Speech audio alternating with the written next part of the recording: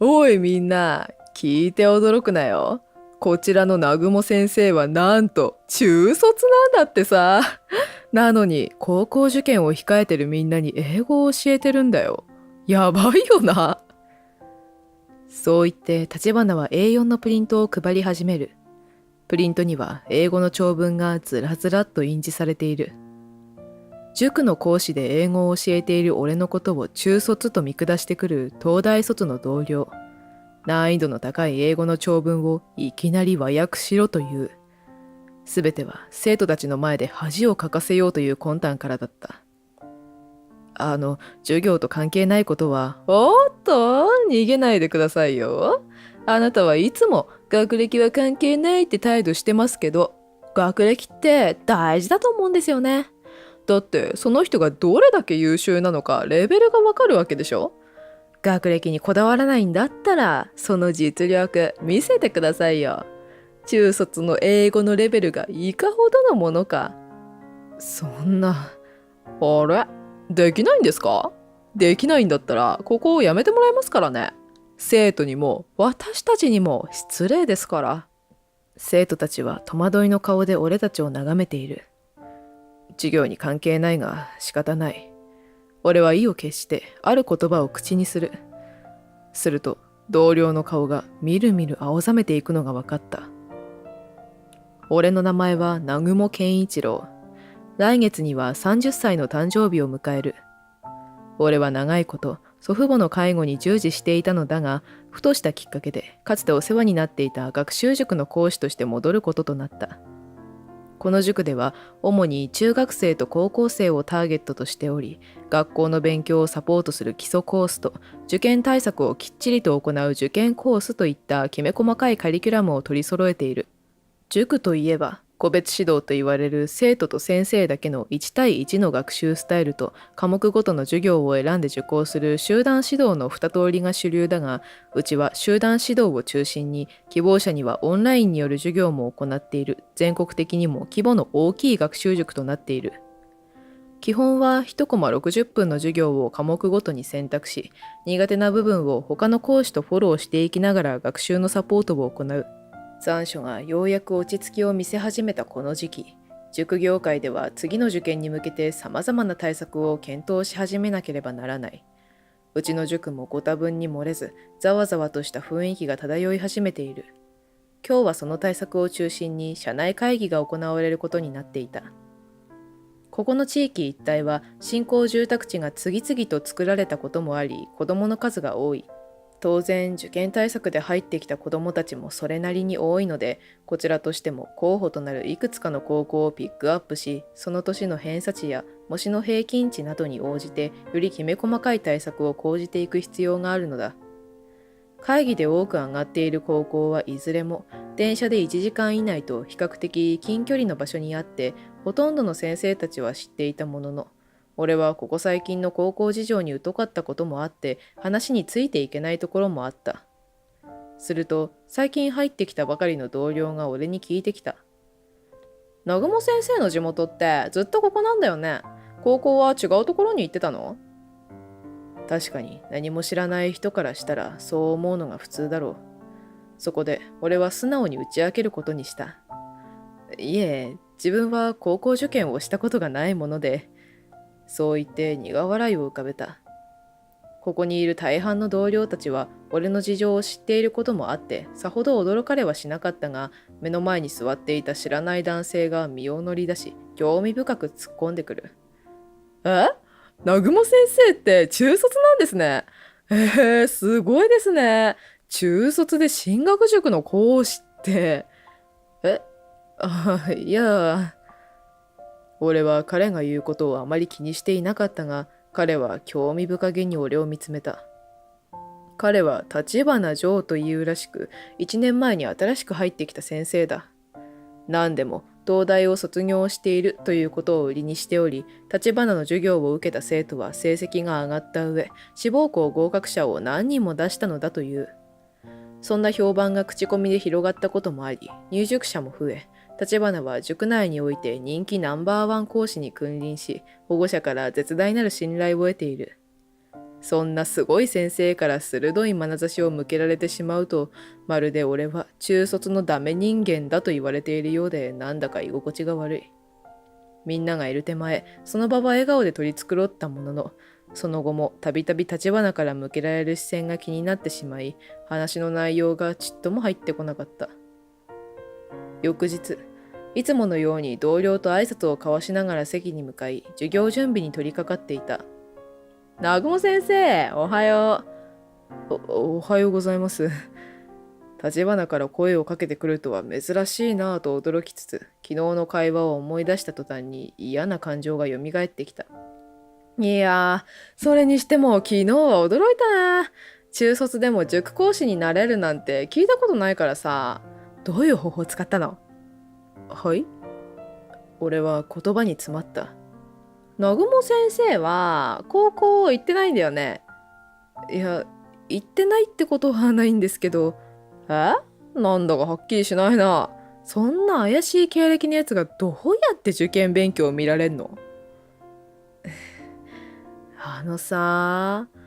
受験生の人生がかかってるんだよ。いい加減な授業をしたら生徒の一生を潰すことになるんだよ。僕は僕なりに真剣にやってますよ。だが、立花はため息をつきながら、俺のデスクを叩くように思いっきり手をついた。思わずビクッと震える。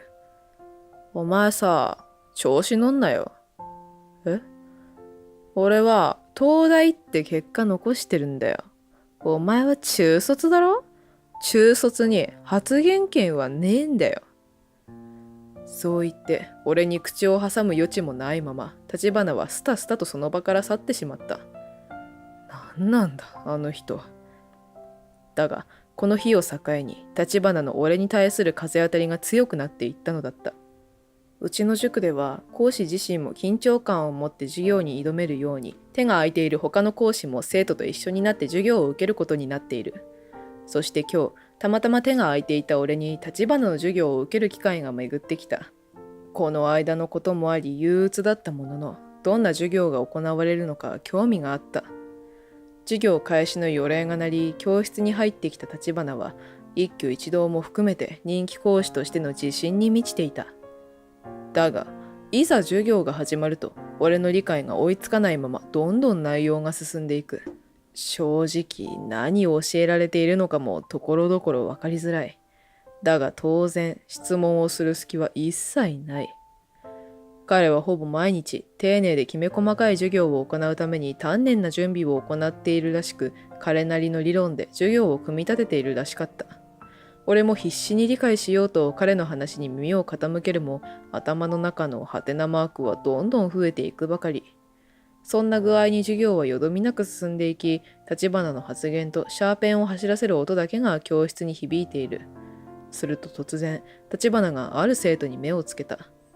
どうやら居眠りをしている生徒がいたらしい。人間、集中できる時間には限界があるので、そういうことだってあるだろう。だが、立花は容赦なく、生徒たちの前で彼を叱責し始めた。大学、行きたいよな。他の講師だったらいい加減になってもしょうがないけどさ、俺、東大出てんだよね。やる気があるんだったら、最後まで俺の授業聞けよ。わかったな。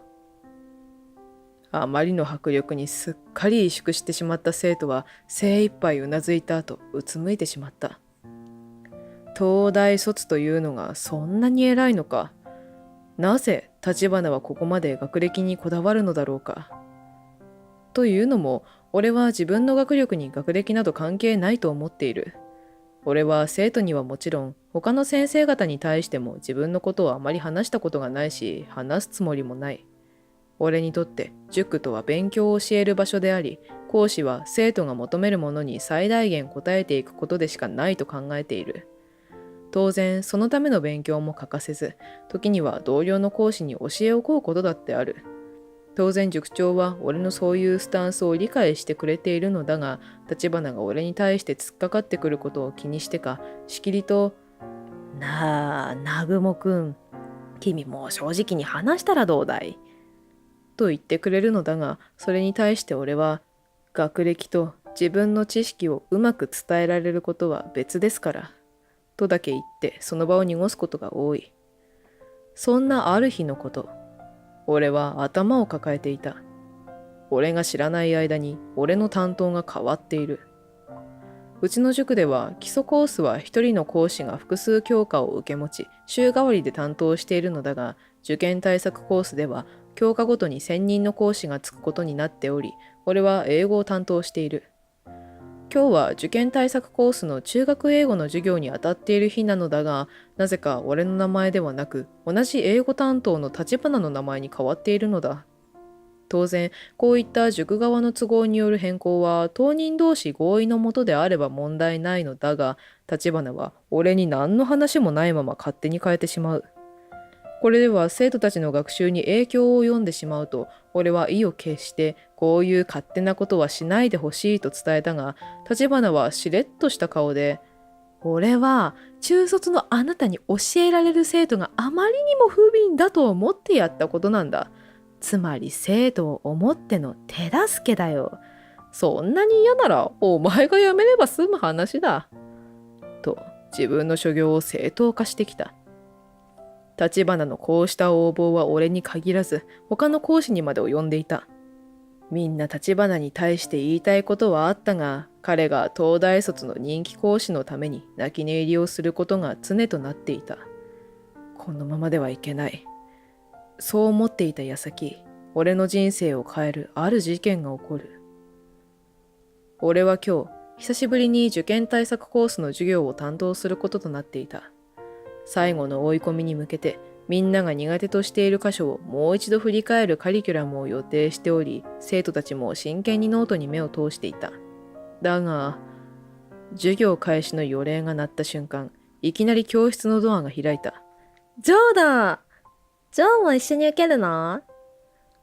たちまち教室中が騒がしくなった。ジョーとは立花が生徒たちから呼ばれているあだ名である。ここでは塾長の方針で名字をつけて先生と呼ぶようにしているのだが、なぜか立花は生徒たちに親近感を持って授業に挑んでほしいという勝手な思いから生徒たちにはあだ名で呼んでもらっているらしい。俺は手にした教科書を一旦置いて立花に声をかけた。立花先生、どうかされました？今授業中ですけど。今日は他の先生が授業を受けることは聞かされていない。だが立花は俺の話を聞くことなく、押しのけるようにみんなの前に立ってから声を張り上げた。おいみんな、聞いて驚くなよ。こちらの南雲先生はすっごいんだぞ。なんと、高校に行っていないんだ。中卒なんだってさ。なのにみんなに英語を教えてるってすごいだろ？そう言って立花は A4 のプリントを配り始める。プリントには英語の長文がずらずらっと印字されている。よく見ると英文の長文読解の問題で、なんと一昨年の大学の一般入試で出されていたものだ。当然生徒たちが解くのは至難である。先生、これ何ですか？唖然とした顔の生徒たちを前に、立花は目を輝かせながら話を続ける。これは実際に大学の入試問題に出された英語の長文問題だ。もちろん今すぐ解くのは難しいが、南雲先生だったらスラスラ読めますよね。なんて言ったって学歴に関係なく大事な受験生に英語を教えている立場なんですからね。授業と関係ないことは、南雲先生、逃げないでくださいよ。あなたはいつも学歴は関係ないって態度してますけど、学歴って大事だと思うんですよね。だってその人がどれだけ優秀なのかレベルがわかるわけでしょ。学歴にこだわらないんだったら実力示してくださいよ。そんな、あれ？できないんですか？できないんだったらここをやめてもらいますからね。え？生徒たちは戸惑いの顔で俺たちを眺めている。それでも立花はそんな生徒たちの様子など一向に気にすることなく、むしろ俺に対してとんでもないことを言ってきたのだ。南雲先生、授業が終わるまで時間をあげます。一字一句完璧に終わらせてくださいね。立花はニヤニヤした表情だ。おそらく俺が低学歴であることを生徒の前で暴露し、恥をかかせようと画策しているらしい。じゃ、南雲先生が頑張ってる間、俺たちも受験に向けて一頑張りしようか。そう言って俺の代わりに教科書を開こうとしたのだが、その人は月が綺麗ですねと言った。あ？立花があっけに取られている。俺は構わず英文を訳し始めた。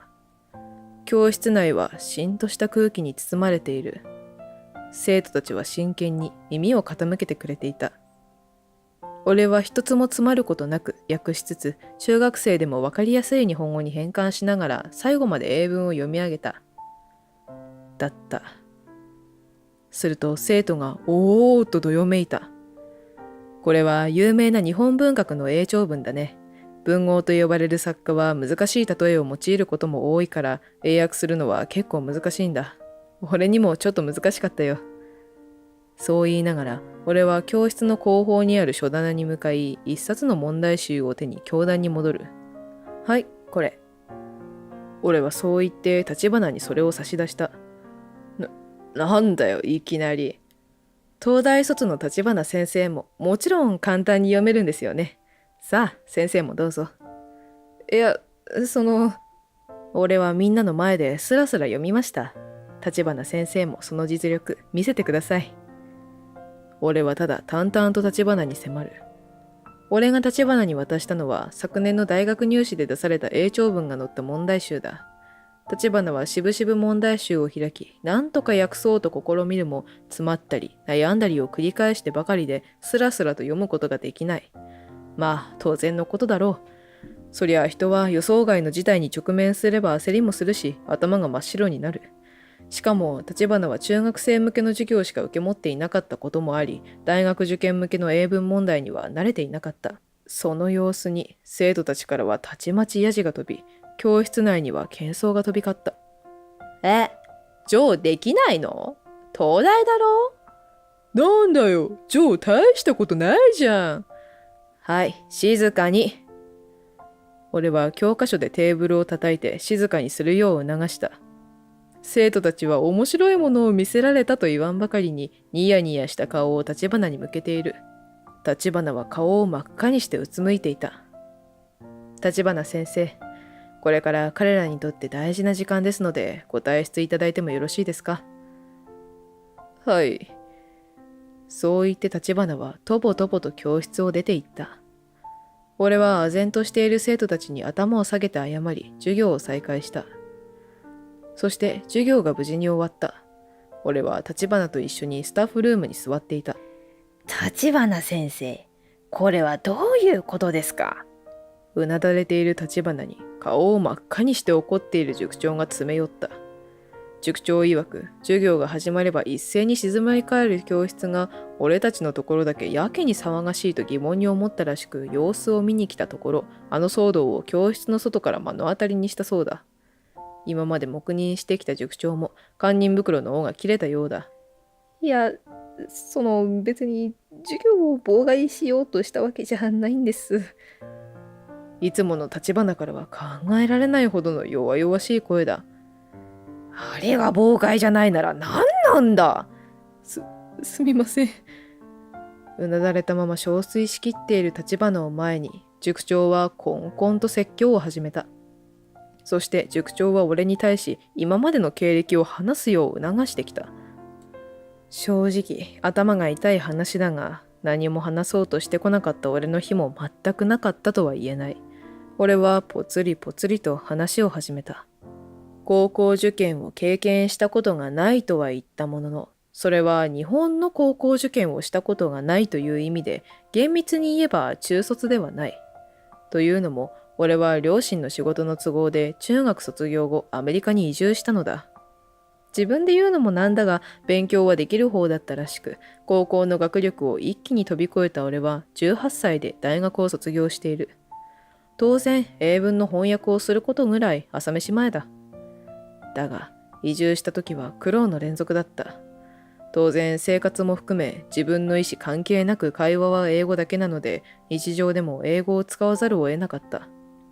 もちろん慣れてくるにつれて日常会話の英語力は身についてきたものの、周りには日本人が一人もいなかったため、クラスメイトからは随分浮いていた。当時にしてはひどすぎる環境に対し、俺は自分の境遇を恨んだりもしたが、両親に心配をかけたくなかった俺は必死に猛勉強し、自分なりの努力で英語を上達させていった。大学卒業を控え、俺はどんな道を進んでいこうか。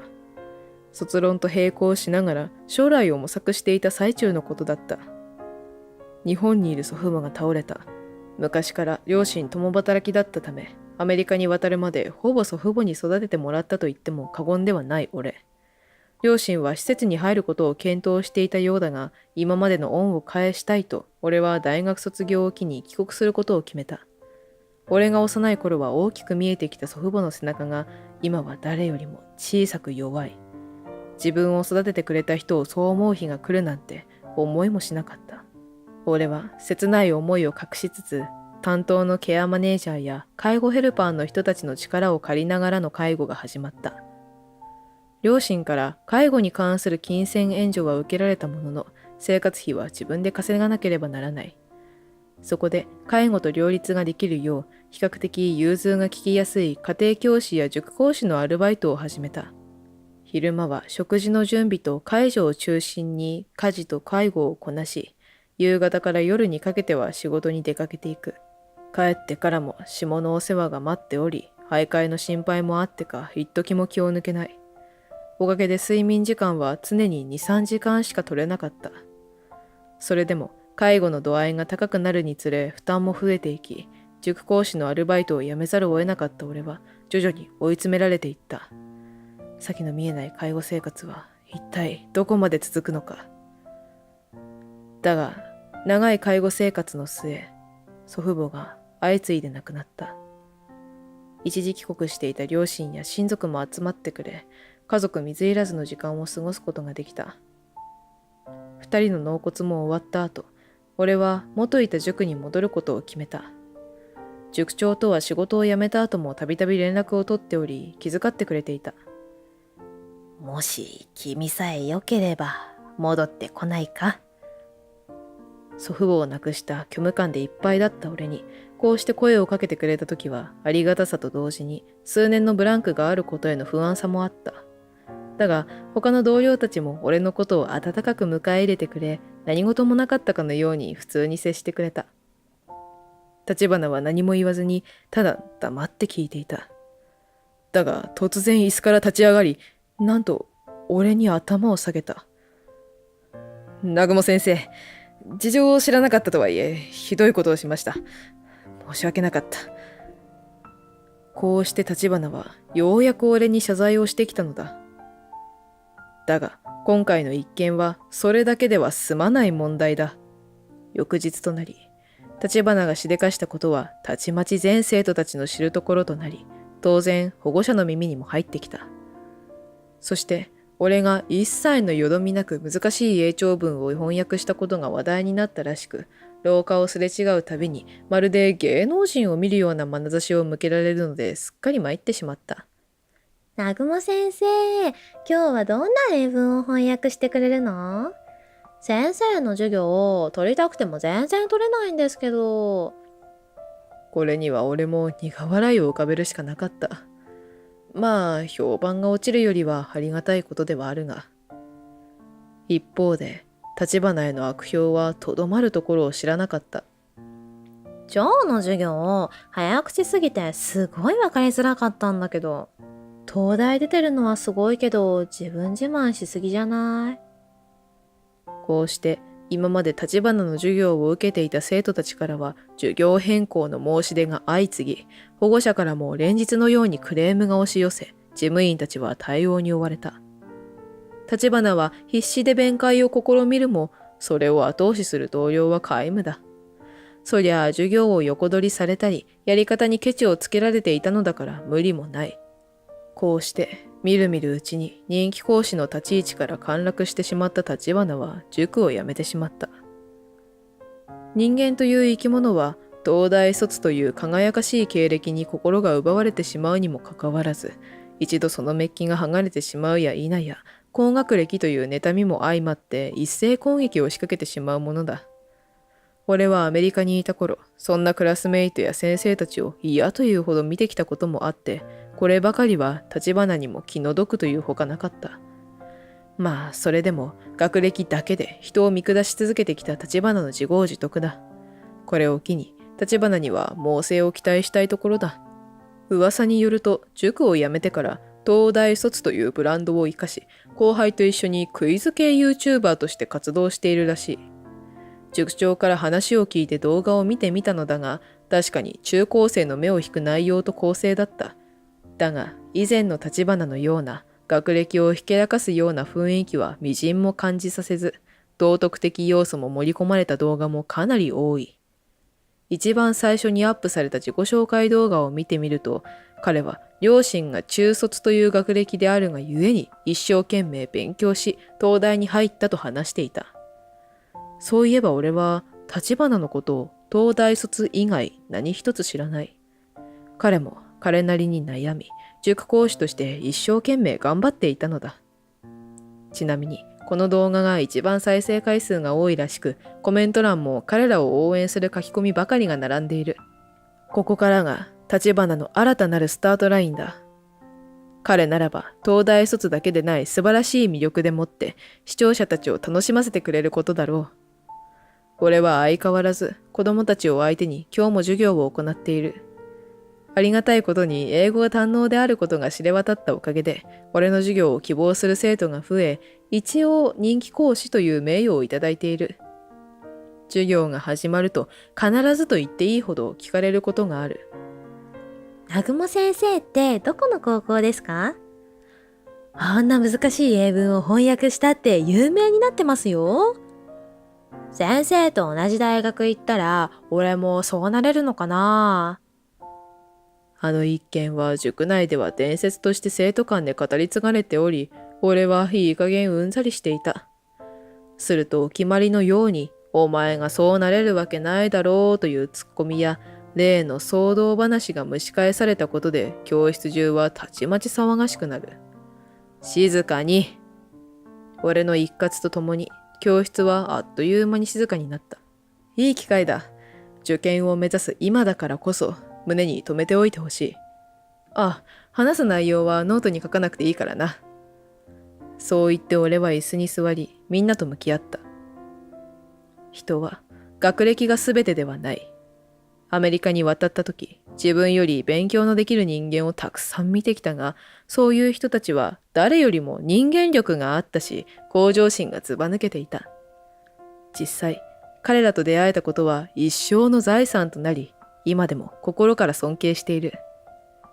家庭環境で思うように進学ができなかったものの、働きながら大学に通い、博士課程に進んだ友人もいるし、一方でひょんなことがきっかけでアルバイトから一流企業にヘッドハンティングされ、いくつもの事業を成功に導いた人もいる。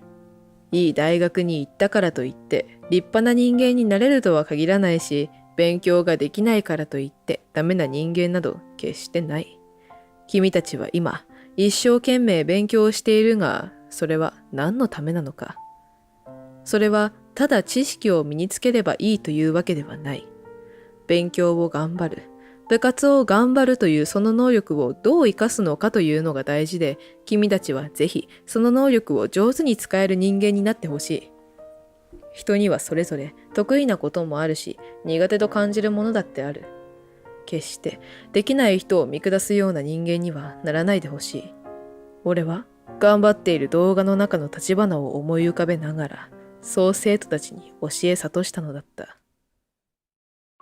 ねえ、何に300万使ったの？信じられない。一生懸命貯めていたのに。なんだよ、そんな怒るなよ。夫婦共同財産って言うだろ？必要なら後で返すからさ。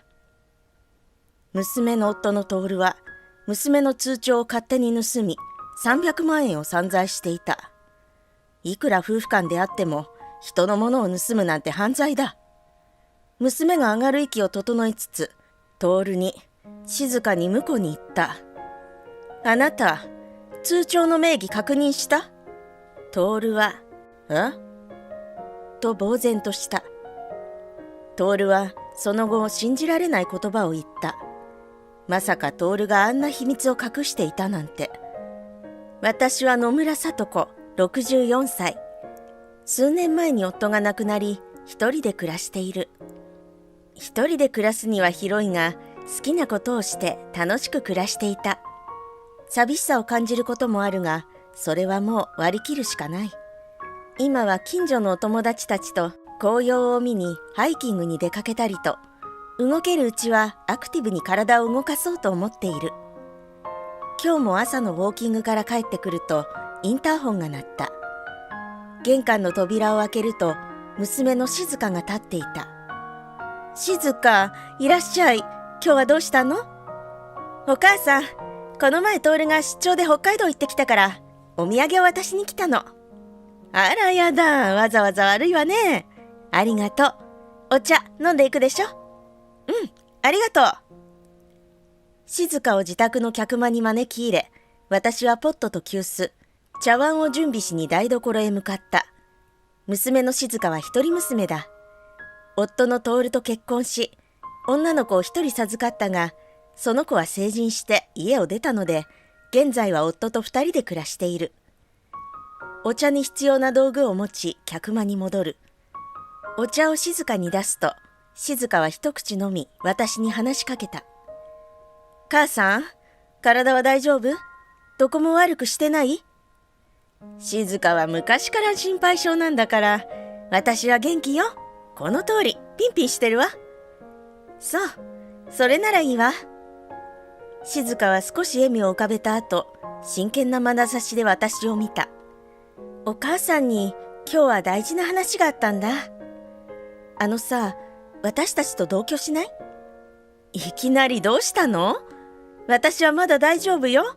それに3人で住むには狭いわよ、この家は。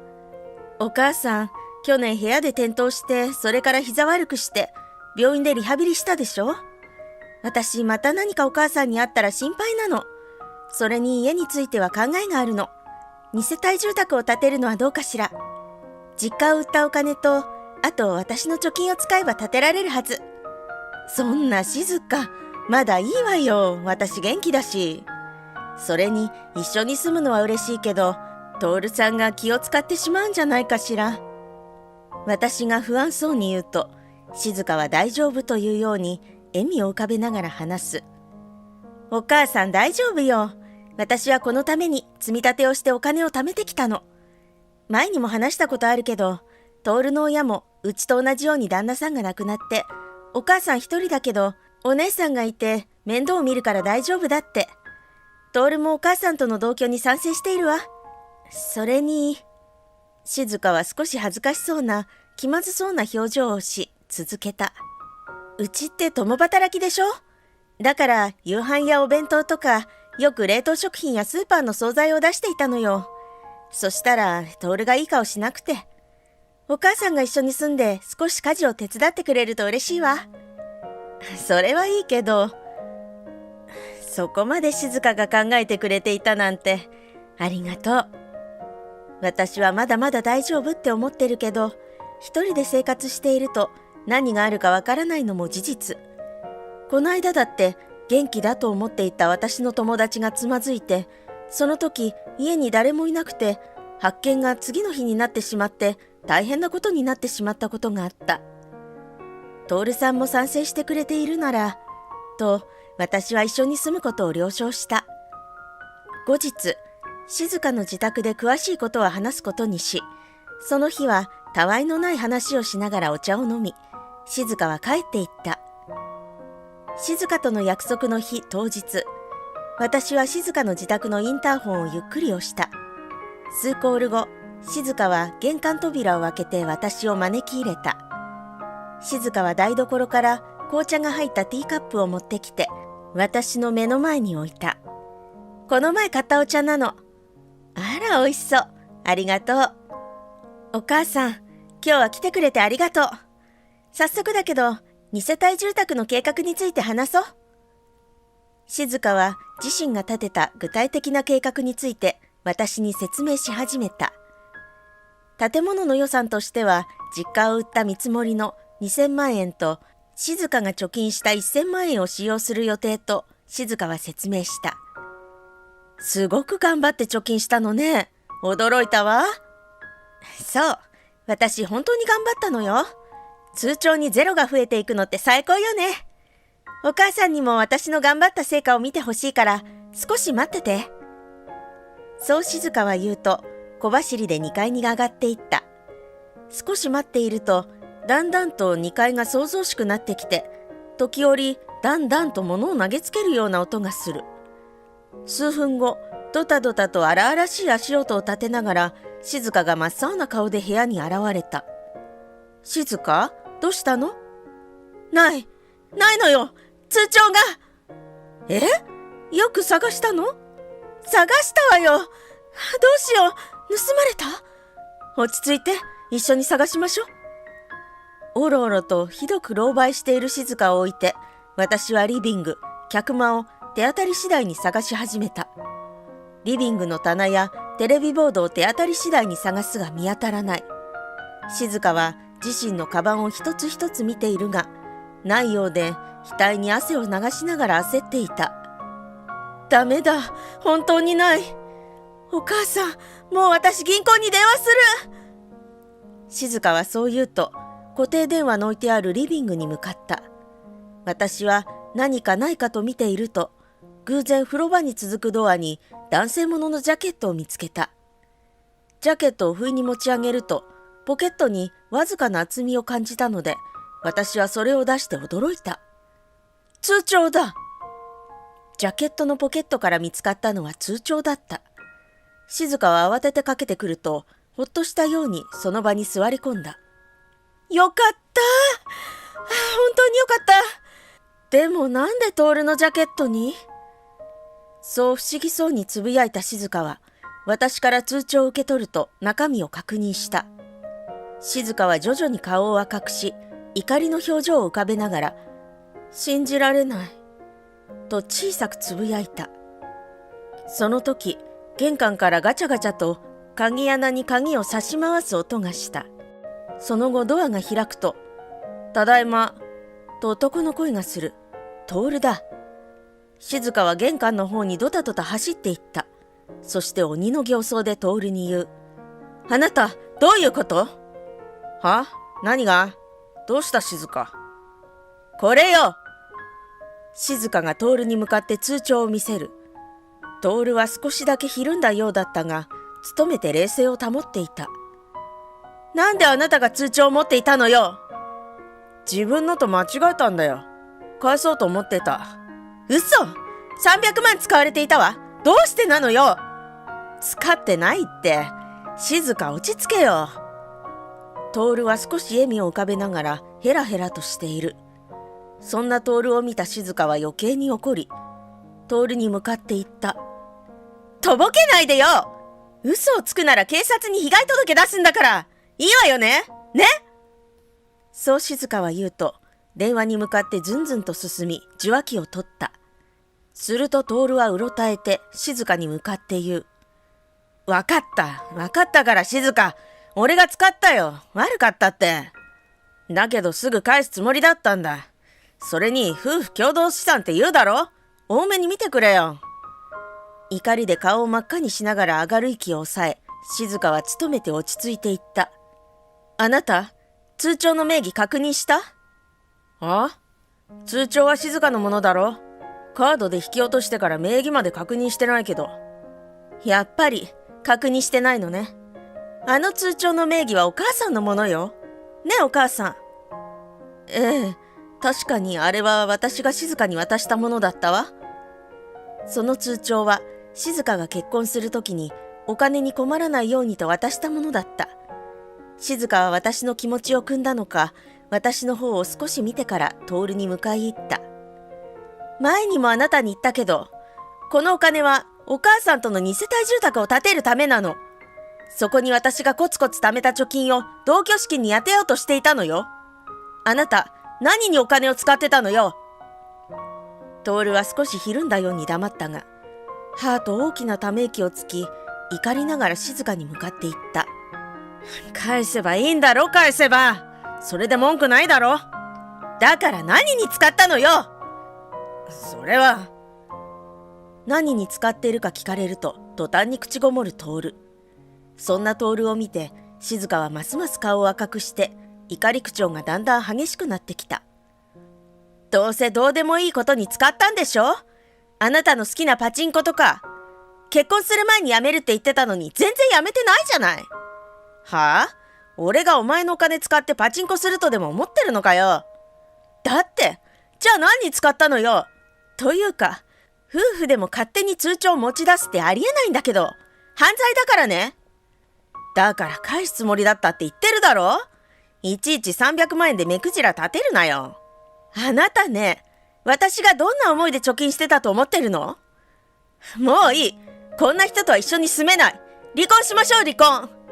ああ、しよう。離婚しよう。バンと机を叩き、静香は離婚を徹に告げ、それに徹は応じた。二人は語気を荒げ、ついには離婚まで話が進んでしまった。私は驚き、二人とも落ち着いてと言うが、二人は睨み合ったままだんまりだ。なぜ徹がお金を使ったのか、はっきり理由がわかれば、もしかすると静香は許してくれるのかもしれない。そもそも優しく思いやりがある徹が変なことにお金を使うはずがない。なぜだと考えていたら、あっと私は小声でつぶやき、二人に向かって言った。ねえ、もしかして徹さん？あなた、徹さんのお母さんのためにお金を使ってたんじゃないの？え？母さん何言ってるの？徹と静香は同時に驚き、思わず声を出していた。前ね、私が転んで病院でリハビリしていた時に、徹さんのお母様に会ったの。その時にお母様が癌を患っていて、手術が成功しなかったら長くはないって言われたみたいで、すごく落ち込んでいたわ。それに治療費がとてもかかるって。今は金持ちしか治療ができないわね、なんて言っていたけど、そのためにお金が必要だったんじゃない？徹？これ本当なの？それとお母さん、こうも言っていたわ。癌が発覚してから徹が頻繁に連絡くれるようになったって。私を励ますために家族で温泉旅行を計画してくれたって。今しかできないかもって嬉しそうに話していたわ。あなた、こないだ出張って言ってたの、お母さんたちと温泉旅行行ってたの？徹は観念したように頭を少しかき、静かに向かってあーと小さな声で答えた。なんで私に言ってくれなかったの？もし言ってくれたら、この理由なら喜んで貸していたわよ。何度も言おうと思ったよ。でも静香はいつも忙しそうにしてたし、仕事から帰った後は疲れて話せなかったり、話す暇がなかったんだよ。それに、自分の親だけ旅行に連れて行くって言ったら、私の親のことはいいのって、静香いつも言ってくるだろ？言えるわけないじゃないか。徹の言い分を聞いて、静香はハッとして、申し訳なさそうに静かにうつむいた。静香の様子を見た徹は、今まで黙ってきたことを淡々と話した。姉さんはパートで母さんを面倒見るって言ってたけど、蓋を開けてみたら援助するほどお金に余裕がなかったんだ。だから自分が援助するしかなかったんだ。通帳を勝手に盗んでお金を使ってしまって悪かったよ。お金は必ず返すし、離婚がお望みなら離婚もする。あれは言葉のあやっていうか、元は私がきちんと話を聞いてあげられなかったり、あなたの気持ちをちゃんと考えてなかったからだわ。私こそごめんなさい。まさかお母さんがそんなことになっていたなんて。静香は泣きそうなくらい顔をくしゃっと歪ませ、頭を徹に向かって下げた。頭を上げてくれ。母さんの手術は成功したけど、やっぱりまだ心配なんだ。姉さんはさっき言った通り、自分の家庭やお金とか、今すごくいっぱいいっぱいで、母さんの面倒を見られなそうなんだ。だからこれからも援助や通院で母さんのところに俺が通わなければいけなくて。いつかは静かに話そうと思っていたんだけど、静香もお母さんのことを人一倍心配してたし。そうよね。やっぱり親の一人暮らしは心配よね。離れて暮らしていると何か起きても気づかないもの。徹も静香も眉根を寄せて、はぁとため息をついて静かに考え始めた。みんなが幸せに納得いくような案があるのか。私も考えを巡らせていると、大胆だがみんなが幸せになる考えを思いついた。ねえ、だったら私たちが徹さんのお母さんのところに引っ越すというのはどうかしら。え？お母さん、それどういうこと？静香と徹は目を丸くして驚いていた。私は少し笑みを浮かべて続きを話した。私たちが徹さんのお母様のマンションに引っ越すのよ。もちろん部屋は違うけど、確かお母様がマンションの何部屋かが空きになっているとおっしゃってたわ。同じマンションだったらお互いに目が届くじゃない。もちろん徹さんのお母様の気持ちも汲むけど、二人ともどうかしら。静香と徹は顔を見合わせて、うんと頭を縦に振り、静香は私に向かって話す。私は賛成よ。お母さんと同じマンションならいつでも会いに行けるし、徹もお母さんが近くにいれば安心でしょ。母さんに聞かなければわかりませんが、同じマンションに住むのは賛成です。しかし、お母さんいいのでしょうか。徹が不安そうに私に聞いてきたので、私はニコッと笑いながら言う。当たり前じゃない。お母様とはよくお茶で会っていた仲だし、それに家族ぐるみでもっと仲良くなれそうで嬉しいわ。そう話すと、徹はほっとしたように不安そうな顔から笑みが浮かんだ。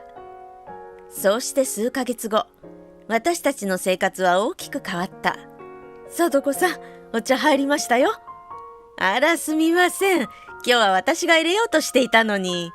いいのよ。今日は体調も良くて入れたくなっちゃって。同じマンションということで、私は徹の母とよく会うようになった。今ではすっかり仲のいいお茶友達だ。あの通帳事件からすぐに徹が母に事情と提案を話すと、母はあっさりマンションへの引っ越しを承諾したのであった。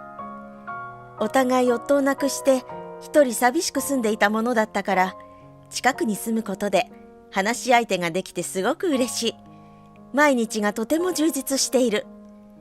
徹と静香は離婚することなく、むしろ前よりも私たちのことで話す時間が増え、良好な関係になっていた。徹は今まで使ったお金を毎月きちんと静かに返済し続けているらしい。徹の母はお茶を飲みながら私に向かって話した。今日、徹たち帰りが遅いみたいでね。あら、そうなの？じゃあ、ご飯の支度しといてあげましょうか。今日は私が我が家のカレーを作ろうと思うんだけど、聡子さん、一緒にどうかしら。ぜひ一緒に作りましょう。私たちは思い合い、助け合いながらいい家族関係を築いている。私たち家族は前よりも強くつながれた。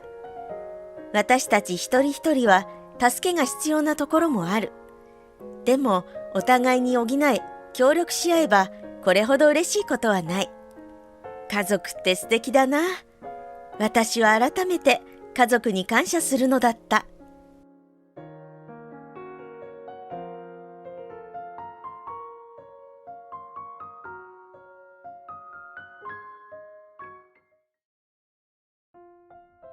どこ触ってるのよ。痴漢、変態。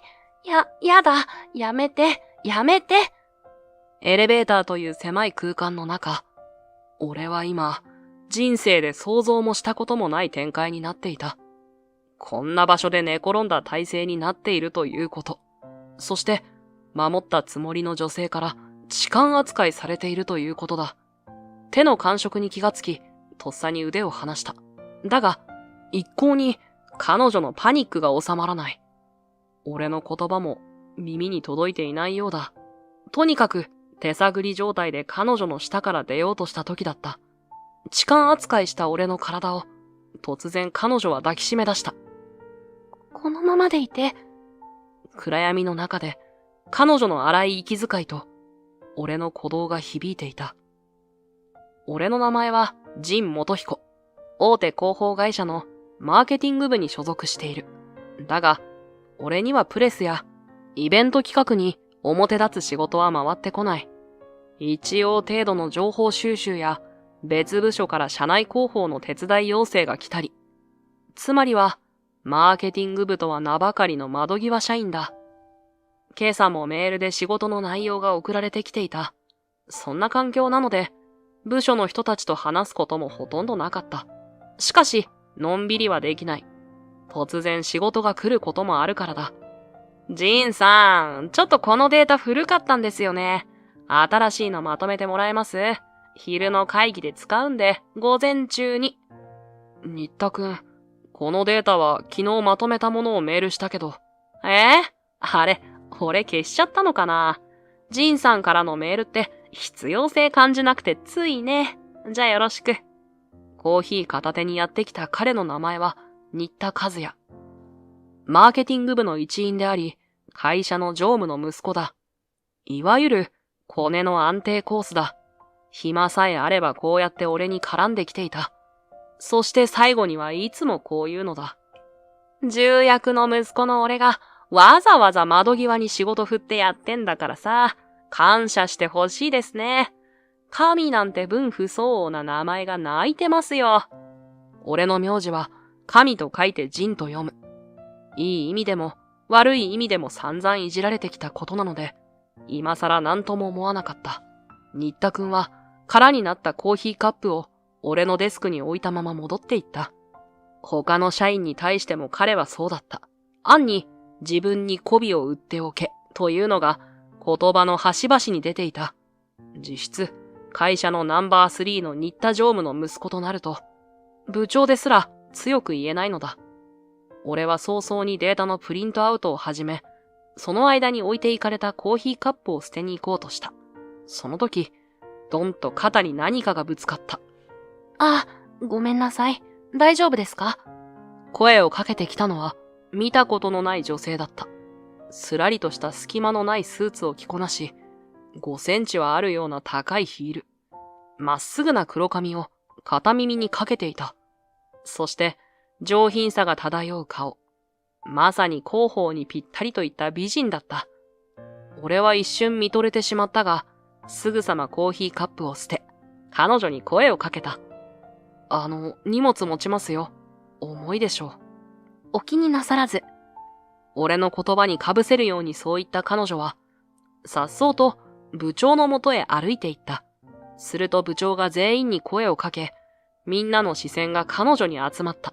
と同時に、ざわざわと至るところで声が上がっている。それは、もちろん彼女の容姿がそれだけ人を引きつけるものだったからだろう。少し予定が早まって、みんなに連絡が遅れたんだがな。今日からマーケティング部所属になった島本あかりくんだ。みんなよろしく頼むよ。あと、島本くんは我が社の社長令嬢でもあるんだから、失礼のないように。その言葉に、さらにみんなざわつき始めた。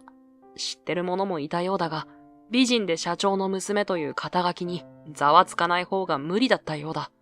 しかし、島本さんはじろりと部長の方へ向き直り言い切った。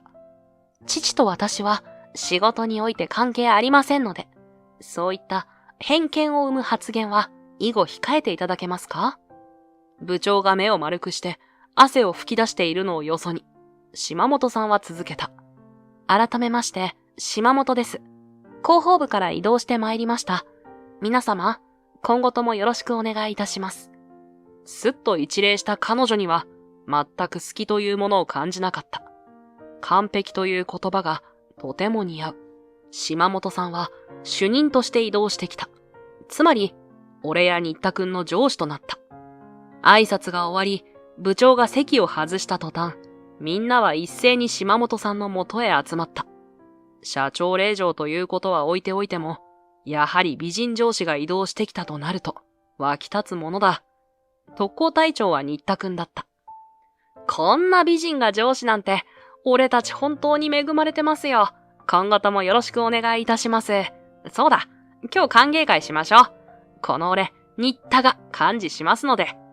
新田くんの言葉に、みんな拍手で盛り上がったが、島本さんの返答に俺を含め、部内全員が沈黙してしまった。今日は定時で帰りますので、お気になさらず。それより新田くん、午後の会議の資料を持ってきてくれますか？私も目を通しておきたいので。野外広告の件はどこまで詰められていますか？広報との連携は？皆さん一度進捗報告をしてください。取り付く島もない反応と、突きつけられた仕事に、みんなそそくさとパソコンへ向かった。新田くんも、また別の日にぜひとだけ言って、答えも聞かずデスクへ戻っていった。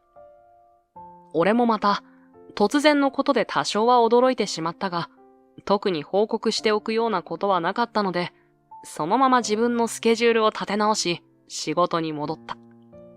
島本さんが部を仕切るようになって以来、部の雰囲気は一変した。とにかく、隙がなく仕事に厳しい人だった。あれだけ盛り上がっていた社員たちの反応も、だんだんと変わっていった。色めき立っていた声は、だんだんと陰口に変わっていっていた。その大きな原因は、歓迎会や軽い飲み会でも絶対に断って、定時に帰る姿勢だった。めげずに新田くんが誘い続けていたが、島本さんは堅くなに突っぱねていた。そして必ず定時に帰る。部長が声をかけた時すらそうだった。今日も定時になると、島本さんは早々に帰っていった。それを確認するや否や、みんなタガが外れたように喋り出す。束縛強い男でもいるんじゃねえの？夜の副業してるとか？厳しい態度へのストレスも相まって、島本さんへの陰口は勝手な憶測も混じって、みんなの話題の中心になっていた。俺はといえば、正直興味はなかった。仕事を終わらせて帰ることは普通のことだ。俺も荷物をまとめ、挨拶をしながらオフィスを出ようとした。すると、通り過ぎた方向から、俺に絡みつくような声が聞こえてきた。まあまあ、移動してきたばっかなんだし、家で疲れを取りたいんでしょ。仕事なくて定時に上がる人とは違いますよ。ああ、ジンさん定時上がりですか？ええ、今日の仕事は全部終わったんで、お疲れ様です。終わったんじゃなくてないんでしょ。言葉遣いには注意ですよ。ああは言いつつ、新田くんも島本さんに対してストレスを溜めているようだ。俺に対しての嫌がらせも、日々増えていった。数日後、今日の部内はみんなバタバタしていた。大型広告獲得のプレゼンの準備が本格的になってきたからだ。久々の勝負どころ。島本さんもみんなに指示を出しデータとにらめっこ状態だ。俺の仕事はいつも通りだったが、気になっていたのは新田くんの態度だ。いつもの嫌味も今日は特にない。そして、唯一バタバタせず、ひょうひょうとした感じでコーヒーを飲んでいる。新田さん余裕っすね。僕データ解析もう少し詰めろって言われて、てんてこまいですよ。新田くんの余裕っぷりは、周りから見ても浮いていたようだ。新田くんは、椅子を大げさに倒し答えていた。バカ、仕事ができるやつってのはさ、いかにうまく人を使えるかだよ。新田くんの視線が一瞬こちらを向いた気がしたが、メールを確認しても特に何も来ていない。嫌な予感はしつつも、俺は今ある仕事をこなしていった。そして、俺の予感は的中してしまった。定時10分前、島本さんは早足で帰ってきた。そして、みんなから急いで進捗報告を受けている時だった。俺のデスクまでゆっくりと来たのは、新田くんだった。ジンさん、もう定時ですし、帰っちゃう前に頼んでた資料もらっていいですか？え？俺は今日新田くんから何も頼まれていなかったはずだった。疑問を浮かべた俺の顔を見て、新田くんは笑いをこらえるように続けた。朝一で俺メール送ってますよ。確認してくださいよ。俺は確認したが、やはりない。新田くんからのメールは来ていないけど、俺がミスったって言うんですか？こっちのパソコンには送信済みってなってますよ。新田くんには相当な自信があるらしい。俺は瞬時にある可能性に気がついた。まさか。俺はウイルス対策ソフトで弾かれたメールを確認した。そこには今朝の時間で新田くんからのメールが10件入っていた。ディスプレイを眺めている俺の横から新田くんがさらに覗き込んできた。うわぁ、ウイルスに引っかかってたのか。今から送り直すんで、明日には終わらせといてくださいね。もっと早く分かっていたらな。俺今日親の会食に呼ばれてて定時上がりなんですよね。新田くん、この量の仕事、業務中に一つも上がってこなかったのに何も思わなかったんですか？嫌がらせもここまでするかと、俺はつい珍しく感情的になってしまった。その時、カツカツと足音が近づいてきた。二人とも何をしているの？新田くん、資料はすべて揃ったの？音の正体は島本さんだ。もうすぐ定時だからか、心なしかそわそわしているように見えた。そんな島本さんに対して、悪びれもなく新田くんは言った。それが、少し仁さんにヘルプをお願いしていたんですよ。なのに忘れられていたみたいで、俺も今日は残れないのに、こんな時に、仁さん頼みますよ、ほんと。オフィス中に響く声で新田くんは言った。島本さんは黙っている。そして、少し窓の外を見たかと思うと、思いもよらないことをさらっと言った。今日は、私もずっといなかったし、管理が行き届いていなかったわ。私も手伝います。仁くん、終わらせましょう。え？俺と新田くんは同時に声を上げてしまった。今からとなると残業だ。あれだけ定時で上がってきた島本さんが残ると言い出したのは意外すぎたのだ。俺より焦ったのは新田くんだった。ちょっと待ってください。それじゃ俺も残りますよ。主任が残るなら、俺と二人で。島本さんは、新田くんの方を見ることもなく言い放った。用事があるのでしょ？君はもういいから上がりなさい。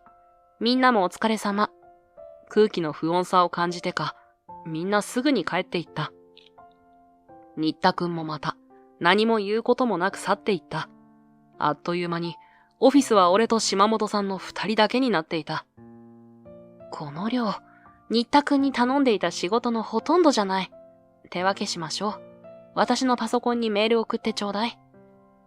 つかつかとデスクへ戻っていく島本さんに、俺は聞かずにはいられなかった。定時で上がらなくて大丈夫なんですか？仕事は俺がやりますが。島本さんは、また窓の外を軽く眺めた後、いかにも上司といった顔を俺に向けてきて言った。言ったでしょ？上司として管理ができていなかったって。私の定時上がりを気にしているなら、早く取り掛かりましょう。はい。俺は新田くんのメールを確認後、一部を島本さんへメールし、仕事へ取り掛かった。まだ日が暮れるのが遅いとはいえ、だんだんと外は暗くなってきていた。二人だけのオフィスで、カタカタとキーボードを打つ音だけが響いている。俺は一段落するとコーヒーを入れ、島本さんのデスクへ持って行った。ありがとう。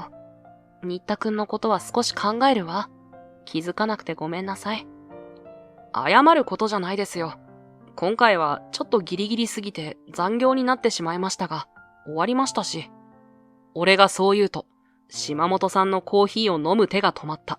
そして突然立ち上がった。終わった？もう終わったの？仁くんのパソコン見たけど、10件はあったわ。こっちが終わったら手伝おうと。あの量、もう？矢継ぎ早に詰めてくる島本さんの圧力に押されてしまったが、俺も落ち着き、普通の説明をした。単に慣れですよ。残りは俺がやります。主任は上がってください。仁くん、あなた何者？え？慣れなんてレベルじゃないわ。正確さと的確さ、すごいわ。俺は軽く笑い、新田くんへメールで送り、仕事を終わらせた。仕事は終わったが、外はもうすっかり暗くなっていた。俺と島本さんは一緒にオフィスを出て、エレベーターに向かった。島本さんと横並びで歩くのは初めてだった。高いヒールを履いていても、俺が目線を下げるということは、実際は小柄な人なんだろう。何か話そうかと思いもしたが、島本さんはまた窓の外をふと眺めていた。島本さん、予定大丈夫なんですか？大丈夫。うん。少し様子のおかしい島本さんが気になったが、エレベーターはすぐに来た。俺たちがエレベーターに乗り込んだその時。ドーン！突然、エレベーターが大きく揺れて停止した。俺はとっさに後ろにいた島本さんの方を振り返った。下を向いていたことと高いヒールが災いしたのか、島本さんは揺れに身を任せるように前へ倒れていった。それが俺の見た最後のシーンだ。島本さんを支えようと足と手を伸ばした瞬間、チカチカと電気が光った後、完全に消えた。停電まで起きてしまったようだった。俺は自分の体に別の重みを感じていた。どうやら島本さんがそのまま倒れ込むのは防げたようだ。とりあえず彼女を起こそうと腕に力を入れた時だった。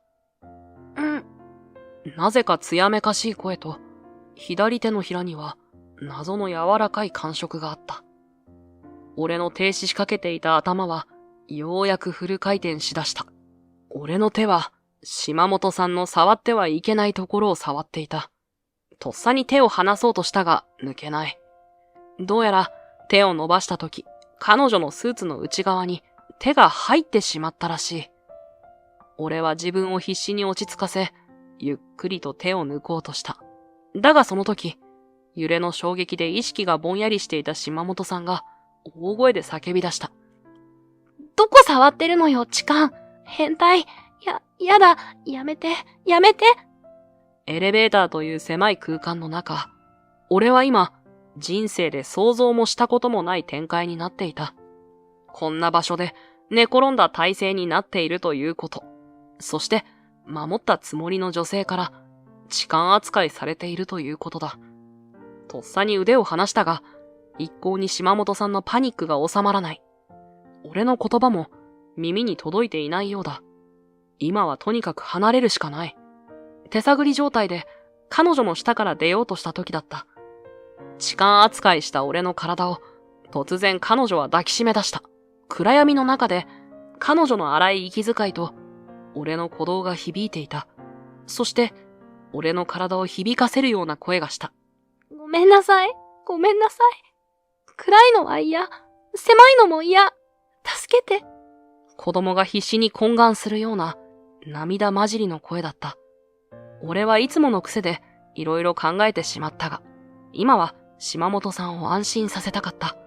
俺は体に回された手に軽く触れ、言った。大丈夫。謝らなくていいよ。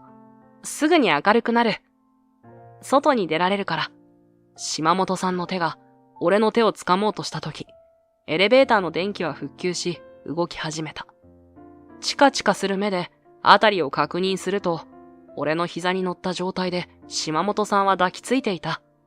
おそらく、俺が勢いで破いてしまったブラウスにこけた時だろうか。スカートもまくれてしまい、ストッキングも電線が入り、ひどい状態だった。俺は触れないようにさっとスカートを直し、どうにか自分のジャケットを羽織らせ、1階に着くギリギリまで彼女の息が落ち着くよう背中を撫で続けた。1階に着く頃には島本さんはどうにか歩けるようにまで落ち着いていた。心配して駆け寄ってきた警備員さんに大丈夫だと伝え、彼女を支えながらビルを出たが、何も話さない島本さんをそのままにはできなかった。というより、離れられなかった。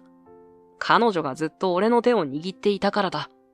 敷地内のベンチに腰を掛けさせ、ゆっくりと時間が経つのを感じていた。握った手はまだ震えていたが、ようやく島本さんはこちらを向いて話し出した。しかし、目線は下を向いたままだ。ジン君、ごめんなさい。でも、お願い。もう少しだけこのまま。この状況に緊張しなかったというと嘘になる。だが、そのもう少しをここで待つにはすでに暗く、ビル風も強く吹いていた。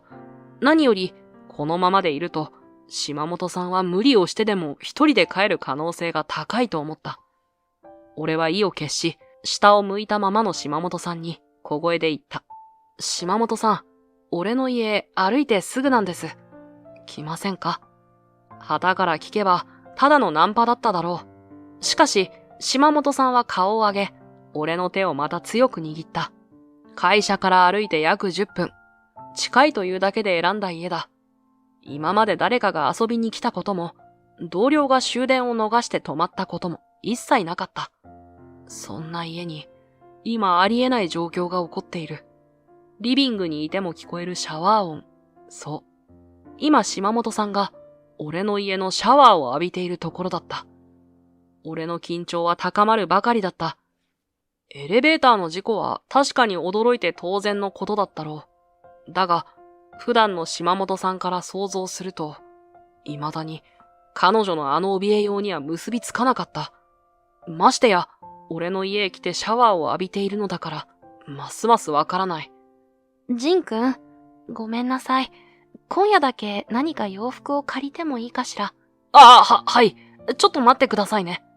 島本さんは俺に声をかけた後、ドアから顔を出したまま待っていたようだ。風呂上がりで少しほてった顔ももちろんだが、ドアを押さえる腕、何よりすりガラスから見える体のラインに、俺は思わず喉が鳴ってしまった。バスタオルを巻いていないこともはっきりわかる。今夜って言ってたよな。止まるのか？思わず声に出してしまったと同時に、島本さんが風呂から戻ってきた。ありがとう、ジンくん。何から何までごめんなさいね。とりあえずくつろいでください。今飲み物入れますよ。俺はうなずき、準備を始めた。島本さんは用意しておいたドライヤーで髪を乾かしている。島本さんは見た感じだいぶ落ち着いてはいるようだった。外を歩いていた時もずっと下を向いていた。俺はそのことにまず安堵することにした。今日は本当にごめんなさい。島本さんは下を向きながら話し始めた。私を守ってくれたのに痴漢呼ばわりしてしまったし、その後もずっとパニックで、挙句に家にまで押しかけてしまって。いや、全部主任のせいじゃないですから。全部一つのことから繋がって起きたことだ。気にしないでください。ジンくん、優しいのね。思わず背筋が伸びてしまうような言葉を言った後、島本さんは顔を上げ、俺の方を見た。顔はまだほてっているが、どこか不安そうな顔だ。私、暗所恐怖症なの。幼稚園の頃からかけっこで1位じゃなかったりすると、お仕置きだって、物置に入れられててね。多分30分くらい。でもね、暗くて暑くて寒くて、声を上げても誰も来てくれない。私にとってその30分は永遠に感じてたわ。話し出した島本さんの顔は少し血色がなくなってきていた。トラウマをわざわざ思い出す必要はない。俺は島本さんの話を制しようとしたが、彼女は俺に少し笑いかけ、首を振り話を続けた。小学校に入るとね、対象がテストの成績になったから、お仕置きはなくなったわ。私も半分忘れていた。ある日、友達たちと私の家でかくれんぼをしたの。私本当にバカだわ。あの頃のことすっかり忘れて、物置に隠れてしまったの。しかも、ずっと使われてなかったから、立て付けが悪くなっていて、閉めたら開かなくなった。俺は何も言わず、温めておいたココアを島本さんのマグカップへ継ぎ出した。島本さんは、小声でありがとうと言い、一口飲んだ。途端に汗が出て、息が苦しくなって、声を絞り出して助けを呼んだわ。その時はどうにか助けられたけど、そこから暗い場所がダメになったの。部屋も外も暗いと、動悸が激しくなる。お医者さんからは、焦らず治しましょうって言われているわ。話し終わったのか、島本さんはふふっと笑い、少しテーブルに突っ伏すような格好になった。緊張が解けたかのようにだらんとしている。ほんと、情けない上司よね。夜が怖くて、店内も暗かったらどうしようとか思って、飲み会に参加しない。あはは、当たり、嫌われちゃったかな。俺はぬるくなったココアを一気飲みし、盛大にマグカップを置いた。驚いて顔を上げた島本さんが、俺を丸くなった目で見つめている。主任は嫌われてなんてないです。確かに、噂はみんな勝手なこと言ってますけど、頼れる人だってみんなわかっています。言わないだけで認めてます。さらに目を丸くした島本さんを見て、俺は冷静になった。少し立ち上がり気味だった体を元へ戻し、彼女の目線に合わせていった。何も抱えていない人なんていません。大人になっても拭いきれなくて、自分を守るための妥協策を考える。聞こえは悪いですが、情けなくなんてないんです。しかも主任は、俺に話してくれた。向き合う勇気のある人です。ジン君。じっと見つめてくる島本さんに、俺は急に恥ずかしくなり空を見つめてしまった。こういう時にコミュニケーション能力の必要性を痛感する。あさっての方向を見ながら固まっている俺に、島本さんは少し笑いながら言った。意外、ジン君ってこんなに熱い人だったのね。え？私、ジン君は淡々としているというか、周りに興味がないんだと勘違いしてたのね。こんなに優しくて頼もしいし、そう、頭もいい。島本さんは勝手に納得してうんうんとうなずいている。否定したかったが、にこやかな顔をしている彼女を否定するような気がして、一旦諦めることにした。俺は改めて彼女の顔を見ていった。部署のみんなも主任のことを知らないだけですから、心配しないで。俺はちゃんとあなたのこと分かってますから。うん、ありがとうね。時計はもう0時を回っていた。俺はベッドからとにかく離して予備の布団を敷き出したが、後ろから島本さんが近づいてきた。ジン君、私の話聞いてくれてありがとう。初めて人に話したわ。父親には言ってないの。やっぱり言えなくて。言う必要はないですよ。あ、電気はつけておくんで、ベッド使ってくださいね。まだ多少は緊張していたが、あの話の後では、複雑な気持ちの方が勝っていた。だが、またもや突然体中に緊張が走った。腰に当てていた手を、島本さんが握ってきたからだ。主任。お願い、寝てしまう前に、最後のわがまま聞いてくれる？何ですか？一緒に寝たいの。その言葉には、さすがに緊張を超えて逆に冷静になってしまった。俺は島本さんの手を離し、振り返って向き合い、肩に手を置いた。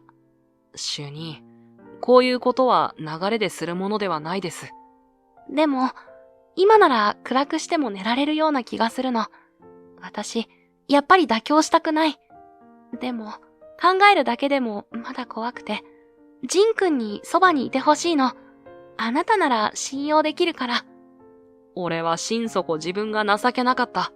島本さんが鈍い人で助かった。いいのかと思いながらも、ベッドのすぐそばへ布団を移し、島本さんがベッドへ入ったことを確認して、ルームライトを消した。朝起きると、俺にはブランケットがかけられていた。島本さんはすでにベッドにいなかった。一気に目が覚め、あたりを見回していると、玄関が勢いよく開いた。ただいま。あ、ジン君おはよう。主任、あ、コンビニへブラウスを買いに行っていたの。本当に何でもあるから助かるわ。朝ごはんも買ってきたわよ。昨日のことが嘘のようだった。俺の方へ島本さんは笑顔で近づいてきた。あんなにぐっすり寝られたの何年ぶりかしら。いい夢も見られたし、お医者さんから一人で抱え込まないでって言われていたんだけれど、本当にジン君のおかげね。俺たちはにっこりと笑い合い、朝食を食べ、出勤の準備をした。すると、ドアを挟んで島本さんが話しかけてきた。私、みんなに話そうかと思うの。恐怖症のこと。ジン君、どう思う？昨日主任は、もう決めてたじゃないですか。妥協したくないって。島本さんがじっと立っているのを空気で感じる。見えていないのは分かっていたが、俺は彼女の方を向いて笑いかけた。そして俺も言いましたよ。あなたのこと、俺は分かってるから大丈夫だって。そして、いつもの朝礼が終わり、みんな仕事に入ろうとした時だった。みんな、ちょっとだけ時間いいかしら。みんな何も言わず、静かに席へ着いたが、視線は島本さんに集中していた。それが思っていた以上に圧に感じたのか、島本さんの顔はこわばり始めた。俺は自分のカバンを倒し音を立て、一度みんなの視線をこちらへ向けた。それで緊張が取れたのか、島本さんがこちらへ、ふっと笑いかけたのが見えた。皆さん、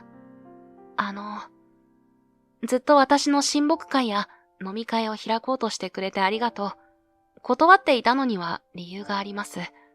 私は子供の頃から暗い場所が苦手で、ひどいと発作を起こしてしまいます。だから、夜は外に出られなくて、みんなのこともっと知りたかったのに、ごめんなさい。島本さんは深く頭を下げた。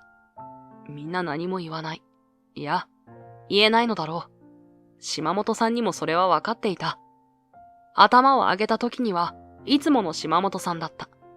個人的な話で時間を取ってごめんなさい。仕事に戻ってください。少しざわついたが、みんなも島本さんも、いつもの日常へ戻ろうとしていた。これでよかったのだろうか。みんなへ伝えることはできたが、環境が変わるまで行くように、俺には感じられなかった。妥協したくないと決めた島本さんの力になりたかった。主任、先ほどのお話に質問よろしいですか？突然喋り出した俺に、みんな驚いていた。島本さんも同じだ。何かしら？つまり主任は、暗い時間でなければ、例えば休憩時間などですが、みんなと親睦を深めたいと思っていると考えていいんでしょうか？俺に向いていた視線が、今度は島本さんに向く。島本さんは俺をじっと見つめ、今度はオフィス全体を見回した。そして、最高の笑顔で言った。ええ、もちろん。改めてみんな、よろしくお願いしますね。初めて見る島本さんの笑顔に、部内が湧き立った。新田くんは立ち上がり、みんなを盛り上げている。やっぱり主任はそう思ってくれてると思ったんですよ。別に夜じゃなくても、休日でも行けるし、父にいい店聞いときますんで。それにつられ、それぞれが喋り出した。主任、男がいるわけじゃなかったでいいのかな？大変だったんだ。定時の理由もそれか。これで恐怖症が治るわけではないが、隠して気を張るより、断然彼女にはいいはずだ。島本さんは、こちらを見てにっこりと笑っていた。その日の午後、会議から帰ってきた島本さんが、全員に招集をかけた。おそらく、進めてきていた例の大型広告のプロジェクトが、大詰めになってきた話だろう。一等地のビルの大型スクリーンに出す広告で、他の会社との契約取り合戦になる。会社として逃せない案件だ。一通りのスケジュール確認が終わった後、プレゼンへ向けての最終チームが発表された。リーダーはもちろん島本さん。初めから関わっていた新田くんと数人。それと、ジンくん、期待してるわよ。話を聞いていなかったわけではなかったが、ありえない事態に俺の耳は、島本さんの言葉をスルーしていたらしい。チームメンバーの最後に呼ばれたのは、俺の名前だった。みんなも俺も驚く抜擢に、声を上げたのは新田くんだ。主任、失礼ですが、理由を聞かせてください。ジンさんは今まで、プロジェクト参加経験はありませんよ。正直、彼に一から教える時間を作るなんて無駄でしょ。新田くんは、俺の方を睨みつけながら、島本さんへ言った。しかし、島本さんの意見は変わらないようだった。ジンくんの処理能力と、理論的思考の高さは、プレゼン準備に必要だと私は判断しました。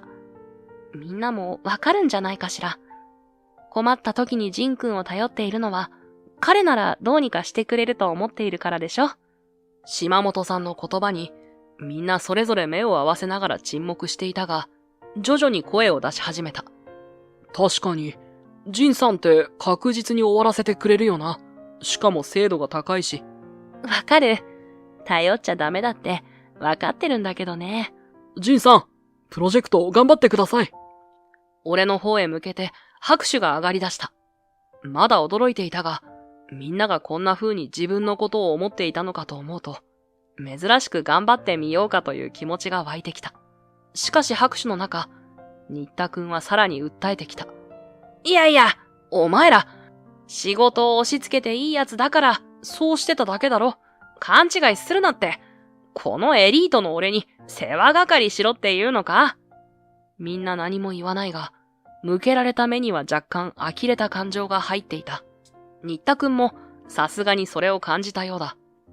ぐっと拳を握ったかと思うと、椅子を潰すような勢いで座り、黙って俺を睨んでいた。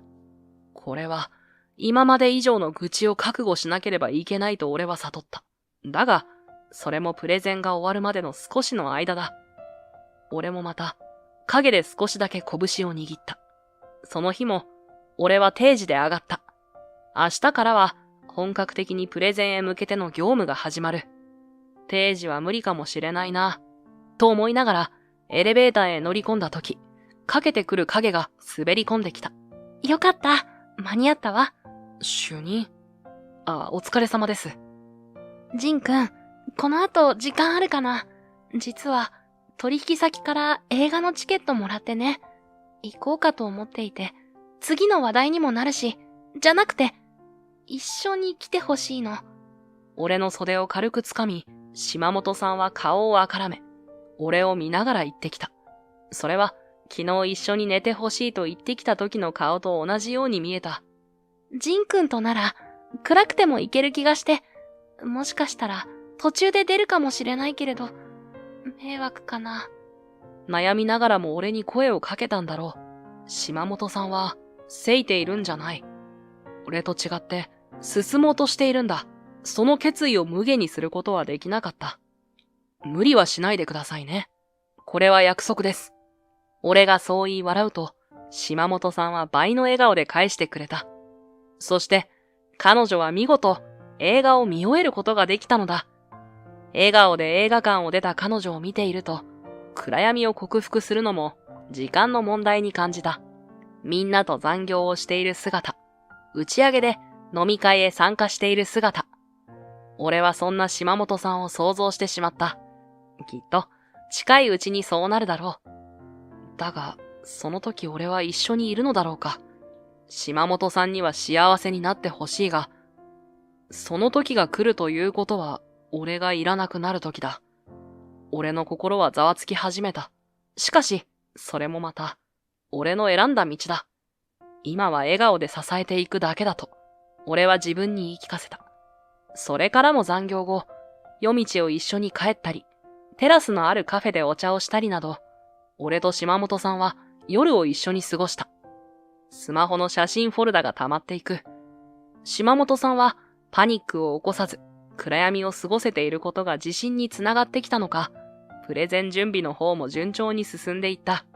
そしていよいよプレゼンの日を迎えた。場所は、クライアントである大手飲料メーカーの大会議室。各社の重役も揃っている。うちも役員、社長もわざわざ来ていた。それくらい大きな案件なのだ。ライバル会社も準備万端といった顔だった。俺たちの順番はラストだった。徐々に顔がこわばってきた島本さんに俺は言った。今見てる限り、うちが取れます。大丈夫。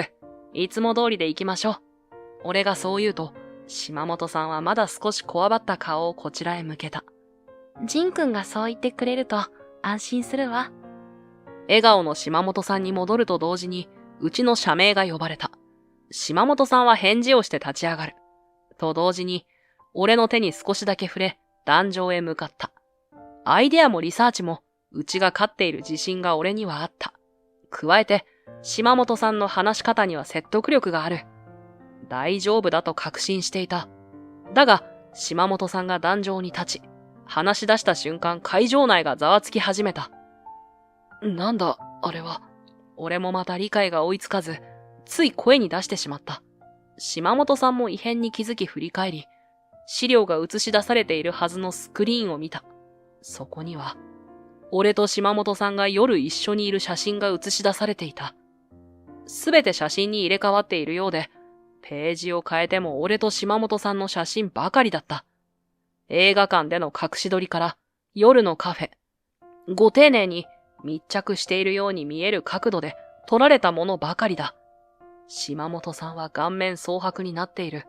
だが、どうにか進めなければと思ったのだろう。焦りを隠すように声を張った。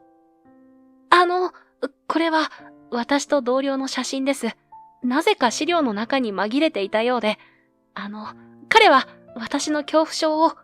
ざわざわとした会場で、俺の前に座っていた常務が社長へ耳打ちするのが聞こえた。常務。つまり新田くんの親だ。社長、これはどういうことでしょうか？いや、恋愛は自由ですがね。ただ社運をかけたこのプレゼンにこんなことを起こすなんて、恨みでも買っているのでは？これで契約が流れると、社長の立場が危ういですな。後ろから見ていても、常務からは会社の危機を感じているようには思えなかった。娘である島本さんをじっと見つめる社長に対して、新田常務はさらに続けた。確か、令状をチームリーダーにすることには、副社長も賛成してましたな。これはお二人の責任問題ですよ。俺はちらりと新田くんの方を見た。てっきり、島本さんと一緒に写っている俺を睨んでいるかと思ったが、その顔は、なぜか笑いを抑えられないといった様子だ。まだどうにかしようとしている島本さんを無視した新田くんと常務の態度に、俺は嫌な予感がした。点と点が線になるというのはこういうことだろうか。そして今、何かの悪意が島本さんを排除しようとしている。それだけは許せないと俺が腹をくくったとき、決定的な言葉を常務は言った。これは、もう引くしかないでしょ。あれではダメだ。会社の損害、責任は取っていただきますよ。社長、副社長。ニヤニヤ勝ち誇ったように言う常務。常務の狙いはこれか。俺はいても立ってもいられず、やけくそで立ち上がった。責任は私が取ります。何を急に言って。君、写真の相手だろう。余計グダグダにしてどうする。もうこのプレゼンは失敗なんだ。驚いたかと思うと、半笑いで新田常務は俺に言った。その顔は新田くんそっくりだ。俺は常務を無視し、社長へ訴えた。もう終わりと言うなら、この責任は私がすべて取るということで、チャンスをいただけませんか、社長。算段はあるのか。はい。ゆっくりとうなずいた社長の顔を確認し、俺は動いた。新田常務は壇上へ向かう俺に、周りも気にせず怒鳴った。窓際社員に何ができるというのだ。常務ほど上の役職の人が、俺が窓際と呼ばれていることを知っているのか。いや、今はどうでもいい。とにかく、島本さんの元へ急いだ。島本さんは、突然近づいてきた俺に真っ青な顔を向けた。ジン君、大丈夫。俺を信じてください。そっと彼女の背中を押し、壇上から下ろした。そして深呼吸した後、俺はざわつきが止まらない会場全体に、轟く声を放った。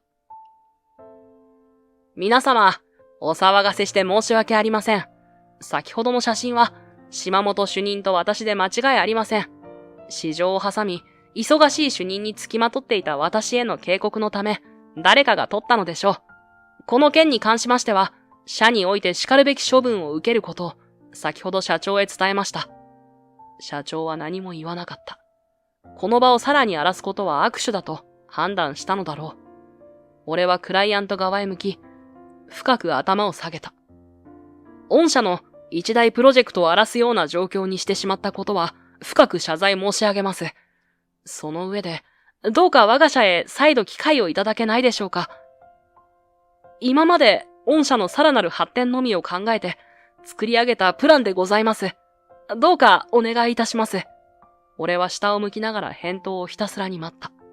全く動かない俺に折れたのか、クライアント側はゴーサインを出した。聞くだけだと思ってくださいよ。ありがとうございます。場は整った。俺は端に置かれていたホワイトボードを壇上へ持ってきた。その時、島本さんと目が合った。呼吸は落ち着いたようだが、顔は青いままだ。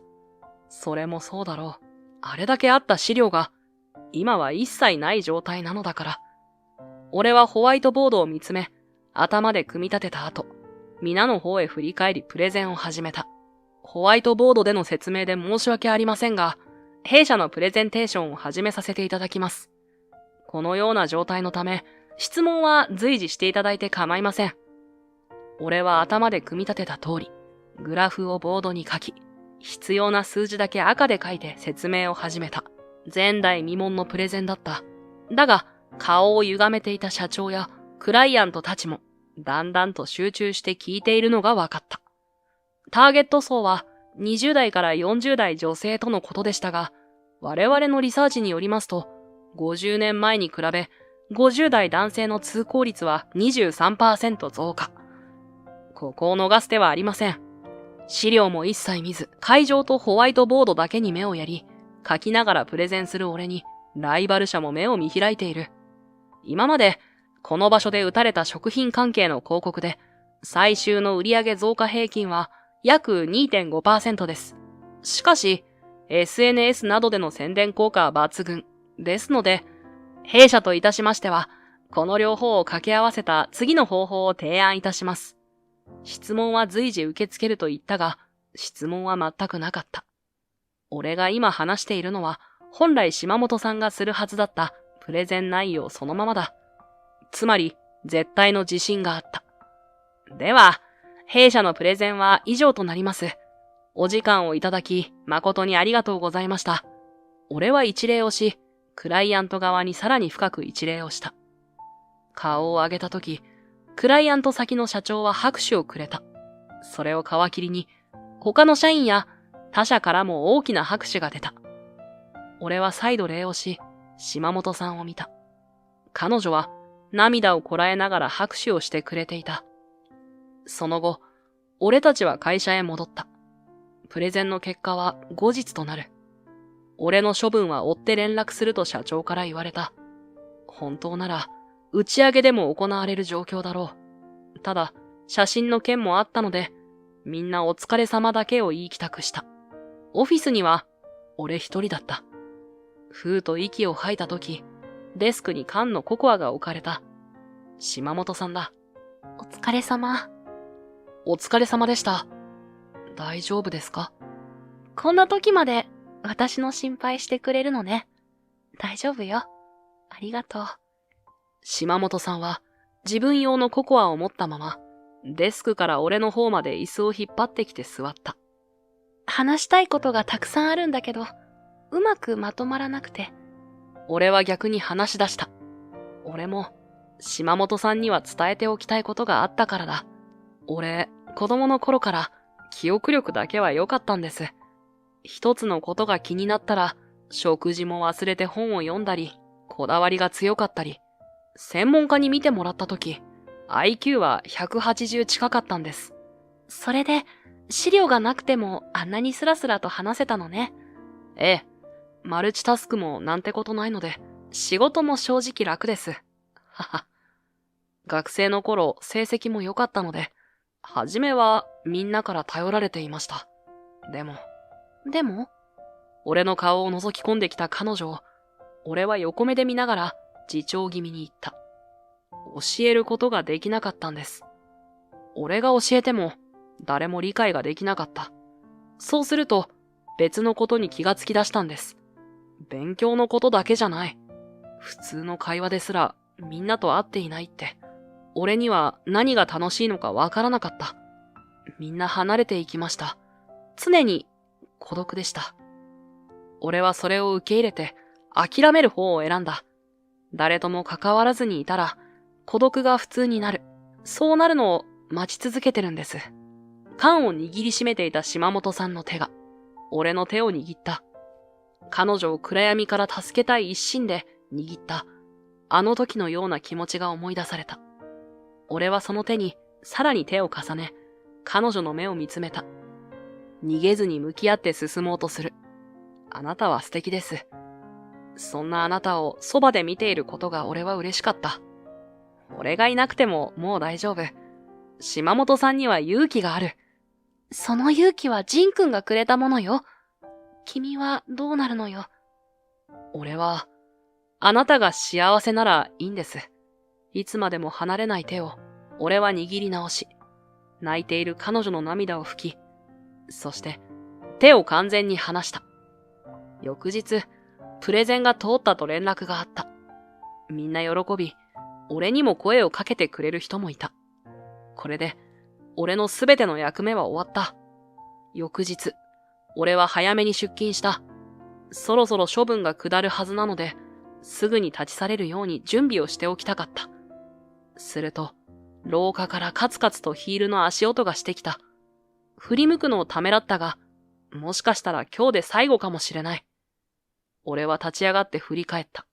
そこには、いつもの島本さんがいた。おはようござ。言い切る間もなく、走りながら、島本さんは俺に向かってきて、思いっきり抱きついてきた。え？寝られないの？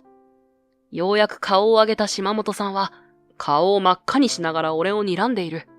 ワイシャツを掴んで離さない。夜も怖い。家に帰っても電気が消せない。映画も見られないの。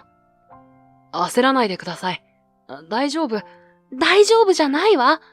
ジンくんがいないんだもの。あなたがいないと、私は幸せじゃないみたいなの。俺は彼女の頭を軽く引き寄せ、そっとつぶやいた。俺が一緒にいると、またあなたの迷惑になる。それは嫌なんです。島本さんは自分から俺の胸に顔をうずめていった。迷惑なわけないわ。ジンくんは何度も私を助けてくれたじゃない。今度は私に支えさせてほしいの。好きなの。理論的な思考なんてもうなかった。彼女の言葉に反応するように腕に力が入る。自分でも痛いほど彼女を自分に押し付けた。俺でいいんですか？ジンくんとなら、こんな暗闇でも怖くないもの。俺もあなたとなら、島本さんの甘い香りが鼻をかすめた。俺はそっと目を閉じ、幸せな暗闇を感じていた。午後、俺と島本さんは社長室へ向かっていた。いよいよお呼びがかかったからだ。コンコンと島本さんがノックすると、低い声が聞こえてきた。中へ入ると、社長一人だけだった。呼ばれた意味は分かっているね。社長、お願いします。ジンは悪くないんです。ただ、私の病気を治す手伝いをしてくれていただけで。すると社長は、大きな机から乗り出す勢いで立ち上がった。病気？どういうことだ、あかり。言えなくてごめんなさい。私、暗所恐怖症なの。ジンくんには、克服のため力を借りていたの。暗所？まさか、そんな。社長は心当たりがあると言った風で、ガクッと頭を下げた。私のせいなんだな。あの頃の私は、会社を大きくすることだけに必死だった。お前にそんな傷を負わせていたなんて。お父さん、いいの。大変な時だったって、今ならわかるから。それに、ジンくんのおかげで少しずつ良くなっているわ。あかり。顔を上げた社長は父親の顔だった。ジンくん、娘をありがとう。君の処分はもともと不問だったんだ。写真は信憑性に欠けていたし、君はプレゼンを成功させた。改めて礼を言わせてくれ。お父さん、じゃあ。これからも、あの調子で頑張ってくれたまえ。陣元彦くん。俺たちは目を合わせ、社長室を出た。島本さんは、父親との和解と、俺の不問。どちらも嬉しくて、たまらないといった表情だった。俺ももちろん嬉しかったが、まだやらなければいけないことが残っていた。オフィスへ戻ると、新田くんが声をかけてきた。ああ、ジンさんお帰りなさい。どうでした？今日ですか？明日？送別会どうします？新田くん、君の仕組んだことなんだろ？は？俺は軽く深呼吸し続けた。あの写真、おそらく撮ったのはプレゼンで質問してきた彼だ。夜によく見かけたんでね。こちらも写真を撮らせてもらっていたんだ。彼の入館証のナンバー。帰りに防災で調べたら、名前は新田智也。確か、君のいとこだよね。昔社内広報の新人インタビューで、いとこが同業者だって言ってただろ。君はいとこと共謀して、プレゼンを潰そうとした。俺はスマホを新田くんの方へ掲げた。たまたまに決まってるだろ？改めて調べてもいいけれど、君も知ってるだろ？俺、記憶力には自信があるんだ。新田くんはギリッと歯ぎしりをした後、俺の横にいた島本さんに向かって叫んだ。箱入り娘らしく、おとなしくしてりゃよかったんだ。くそ。プレゼン失敗してりゃ、親父が社長になれたのに。そう言った途端、新田くんは自分が口を滑らせたことに気がついたようだった。血管が浮き出るほど手を握りしめている。新田常務が、新田くん、この件社長に報告させてもらうわ。今のは違う。主任、違うんです。島本さんを追いかけようとする新田くんを俺は止めた。下を向いたまま、恨みのような言葉を新田くんは吐き出した。さぞ気持ちいいだろうよ。俺を追い出せて、主任も手に入れて。新田くん、すべて常務の命令だったのか？ああ、そうだよ。お前のせいで面倒なことになったけどな。プレゼンでお前を潰して、俺が隠してた資料を使って万々歳のはずだった。全部終わりだ。彼の言葉の覇気はどんどんなくなっていった。君は本当に主任のこと。俺が言いかけた途端、新田くんは握った拳をデスクに叩きつけた。わかったような気になってんじゃねえよ。そう吐き捨てて、新田くんは出て行った。俺はデスクから落ちたコーヒーのプラカップを拾い、そっと捨てた。後日、ひっそりと人事から発表があった。新田くんは地方分室へ移動。常務は解雇となった。新田くんが解雇にならなかったのは、島本さんの口添えもあったのだろう。新田くんは指示させられただけだと。それでも、異動になった場所は電話番がいるだけのような職場だ。飛ばされた社員は、だいたい辞めてしまうと言われている。最後の日、新田くんは俺に小さな声で、すまなかったと言い、島本さんにだけ一礼をして会社を後にした。それから彼は、常務の後ろ盾をなくし、マイナスからのスタートになるのだが、彼なりに心を入れ替え、奮闘していると噂で聞いた。俺たちはというと、忙しく仕事をこなしていた。指導し出したプロジェクトを、今度は成功へ導かなければいけない。今日も打ち合わせが押してしまい、残業になった。主任、ジンさん、僕たち先に上がっちゃっていいですか？大丈夫よ。あとは私とジンくんで終わらせるから。ありがとうございますと言いながら、俺たちを交互に見て、チームメンバーはニヤニヤしながら帰っていった。俺たちが付き合っていることは公言していないのだが、どうもバレているようだ。俺が首をひねりながら考えていると、あかりが笑いながら言った。バレてるね。ジンくんは顔に出やすいから。